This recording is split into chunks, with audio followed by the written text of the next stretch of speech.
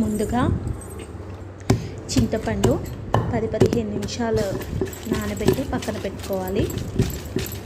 పొయ్యి పైన ప్యాన్ పెట్టి అందులో ఆయిల్ వేసి కొద్దిగా ఉల్లిపాయలు, వెల్లుల్లిపాయలు, నువ్వులు, జీలకర్ర, ఎండుమిర్చి, పచ్చిమిర్చి వేసి ఉప్పు వేసి వేయించుకోవాలి.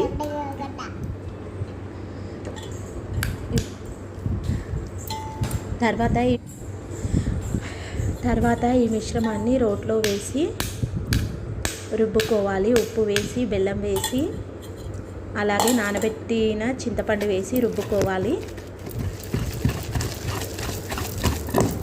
రుబ్బుకున్న తర్వాత తాలింపు వేసి కలుపుకోవాలి.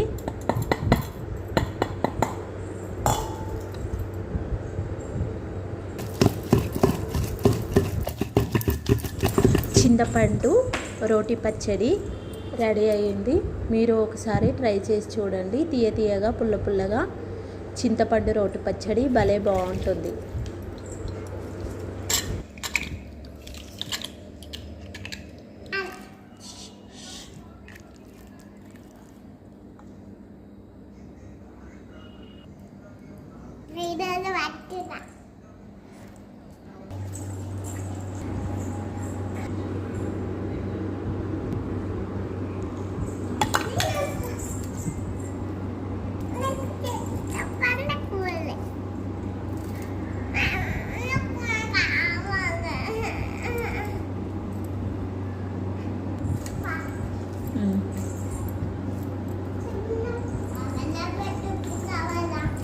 చిన్నప్పే